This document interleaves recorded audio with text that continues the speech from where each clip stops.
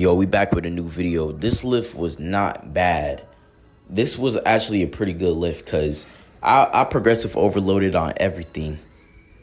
And I was able to be in my rep range. So with these leg extensions, I did 235 for 4 to 5 reps. I didn't really count the 5th rep, so you could really say it's 4 reps. But I added 5 pounds from last week to that exercise. And then when I went to go and squat, I was warming up to squat, right? And then finally I was going to do 225, right? So you're going to see it's going to be 2 plates on here. But, I'm warming up right now. But then you're going to see me do 225, right? I had asked somebody to spot me, right? Because I wanted to be sure, right? And then these guys literally had no idea what they were doing. Cause or it was just misunderstood. I don't even know, but they didn't know what they were doing. Right? You're just gonna say that, and they were holding on to the thing as I guess they didn't think I was gonna be able to squat it or something like that. So that ended up fatiguing my glutes because I did the Bulgarian split squats and I did this. And I added another set of this because I wanted to be able to do it by myself, obviously, right? So if you see me not going parallel in the second clip right here, obviously it's because of them Bulgarian split squats and then this terrible set right here. I literally would have went parallel if we're being honest. So, yeah. More than likely, we going to have an arm day with my homeboy that's going to come out tomorrow. So y'all be ready for that. And then here's the good set of me actually squatting the 225. And then I did a drop set to 185.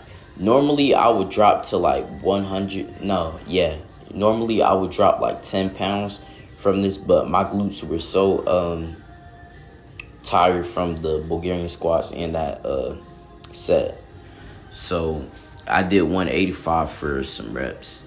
And then after this, I did the hamstring curl. But one thing I want to talk about is the way people train, like high volume versus low volume. Honestly, it doesn't matter what you do, but in my opinion, I feel like low volume with high intensity is better than, doing high reps, because in my opinion, doing high reps and stuff like that is just boring when you could do low reps, high intensity with perfect form. To me, that's just satisfying than doing high reps.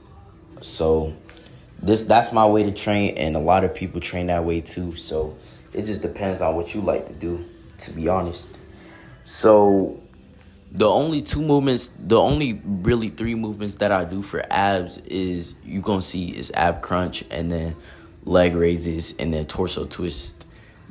You really don't need more than like 2 or 3 exercises for your abs, to be honest.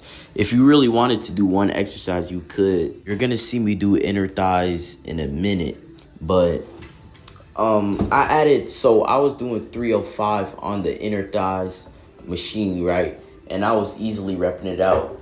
So I added 5 pounds because, I guess I didn't really think I was gonna be able to, I don't know. I probably went too low on the weight. Yeah, I definitely went too low on the weight because I was getting like 8 reps when I added 5 pounds to the machine, right?